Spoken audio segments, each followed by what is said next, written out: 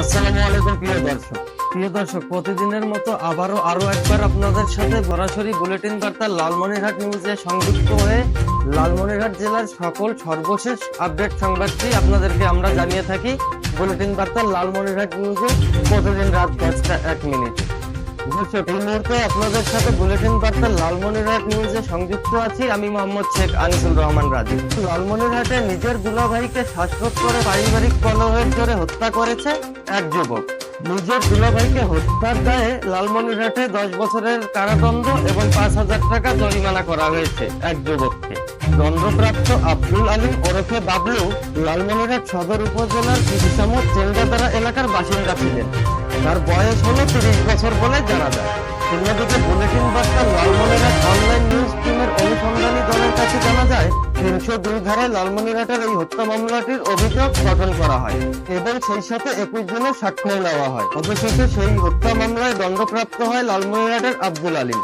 প্রিয় দর্শক, চলুন দেখে আসা যাক লালমনিরহাট জেলার আজকের সর্বশেষ আপডেট সংবাদটি। লালমনিরহাটে পারিবারিক কলহের জের ধরে দুলাভাইকে শ্বাসরোধ হত্যার দায়ে এক যুবকের 10 বছরের কারাদণ্ড হয়েছে। তথ্য ও ছবি সংগৃহীত বুলেটিন বার্তা লালমনিরহাট নিউজ টিমের অনুসন্ধানে জানা যায় বুধবার দুপুরে লালমনিরহাট জেলা দায়রা জজ মোহাম্মদ মিজানুর রহমান এ রায় ঘোষণা করেন বলে ওই আদালতের সরকারি কৌশলী পিপি আকমল হোসেন জানান। অন্যদিকে দণ্ডপ্রাপ্ত আব্দুল আলিম ওরফে বাবলু বয়স 30 বছর, সদর উপজেলার কিসামত চৌঙ্গাদারা এলাকার বাসিন্দা। অন্যদিকে 10 বছরের কারাদণ্ড ছাড়াও তাকে 5,000 টাকা অর্থদণ্ড, অনাদায়ে আরো 1 মাস কারাবাসে থাকার রায় দিয়েছেন আদালত। উক্ত রায়ে অপর আসামি মোসাম্মদ রশিদা বেগমকে খালাস দেওয়া হয়েছে। মামলার নথি থেকে জানা যায় 2013 সালে লালমনিরহাটের হাতিবান্ধা উপজেলার রমণীগঞ্জের বাসিন্দা ইরশাদ আলীর সঙ্গে সদর উপজেলার চৌঙ্গাদারা এলাকার এক তরুণীর বিয়ে হয়। বিয়ের 4 বছর পর কলহের জেরে ওই নারী কাউকে কিছু না জানিয়ে স্বামীর বাড়ি থেকে বাবার বাড়িতে চলে আসেন। উক্ত মামলার এজাহারে আরো বলা হয়, স্ত্রীকে ফিরিয়ে আনতে 2017 সালের 12 জুলাই শ্বশুর বাড়ি যান ইরশাদ আলী এবং বাড়ি ফেরানোর চেষ্টার 5 দিনের মাথায় স্ত্রীর সঙ্গে কথা কাটাকাটি হয় ইরশাদ আলীর। এরপরে তিনি শাশুড়ি ও শালকের সঙ্গেও কথা কাটাকাটিতে জড়িয়ে পড়েন এ বিষয় নিয়ে। এর জের ধরেই সৃষ্ট ধস্তাধস্তির এক পর্যায়ে তার দুলাভাই বাবলুকে ইরশাদ আলী শ্বাসরোধ করে হত্যা করেন বলে মামলায় উল্লেখ করা হয়। ঘটনাটি ধামাচাপা দিতে আত্মহত্যা বলে চালিয়ে দেওয়ার চেষ্টা করেন নিহতের শ্বশুরবাড়ির লোকজন।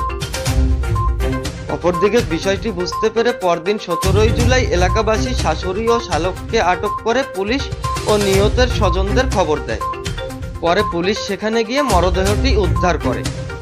এ ঘটনায় নিহতের বাবা বাদী হয়ে লালমনিরহাট সদর থানায় একটি হত্যা মামলা করেন। মামলার তদন্ত শেষে পরের বছরের 31 মার্চ নিহতের শাশুড়ি ও শ্যালক বাবলুর বিরুদ্ধে আদালতে অভিযোগপত্র দেয় পুলিশ। আদালতের পিপি আকমল হোসেন আরো বলেন, 302 ধারায় মামলাটির অভিযোগ গঠন করা হয়েছে, এমনকি সাক্ষ্যও নেওয়া হয়েছে 21 জনের। প্রিয় দর্শক, বুলেটিন বার্তা লালমনিরহাট অনলাইন নিউজে লালমনিরহাট জেলার আজকের সর্বশেষ আপডেট সংবাদটি আপনাদেরকে জানিয়ে দিয়ে পরবর্তী সংবাদ দেখার আমন্ত্রণ জানিয়ে এখনকার মতো বিদায় নিচ্ছি। প্রিয় দর্শক, বুলেটিন বার্তা লালমনিরহাট নিউজ ইউটিউবে সরাসরি দেখতে ব্রাউজ করুন youtube/বুলেটিন বার্তা লালমনিরহাট। এখনকার মতো বিদায় নিচ্ছি। আবারও আগামীকাল রাত 10:01 আপনাদেরকে লালমনিরহাট জেলার সর্বশেষ আপডেট নিউজটি জানাতে আবারও আপনাদের সাথে বুলেটিন বার্তা লালমনিরহাট নিউজে সরাসরি সংযুক্ত হব আমি মোহাম্মদ শেখ আনিসুল রহমান রাজু। ততক্ষণ পর্যন্ত ভালো থাকুন, সুস্থ থাকুন। লাইক, কমেন্ট, শেয়ার এবং ফলো দিয়ে লালমনিরহাট জেলার সর্বশেষ আপডেট নিউজ সবার আগে জানতে বুলেটিন বার্তা লালমনিরহাট নিউজের সঙ্গে সংযুক্ত থাকুন। দর্শক, আজ পর্যন্তই, আজকের মতো বিদায় নিচ্ছি। আসসালামু আলাইকুম, আল্লাহ হাফেজ।